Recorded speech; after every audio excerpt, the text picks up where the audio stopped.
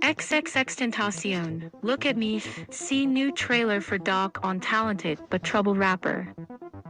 The meteoric rise and sudden death of troubled rapper XXXTentacion is the focus of a new documentary coming to Hulu later this month.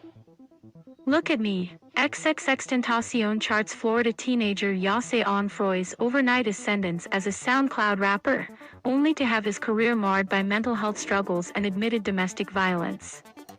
Onfroy was killed during a robbery outside a Florida car dealership in June 2018.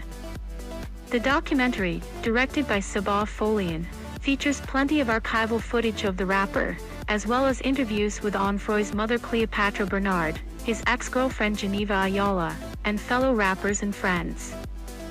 "My son would not sleep at night," the rapper's mother says in the trailer. "He would tell me he hears voices."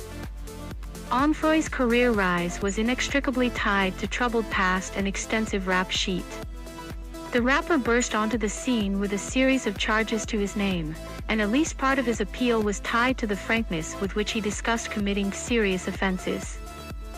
Ranging from armed robbery, a charge stemming from a 2015 incident which predated Look at Me, to resisting arrest. He spoke extensively about his violent time in juvenile detention on the No Jumper podcast. And his perceived authenticity was central to the young rapper's appeal as his profile rose.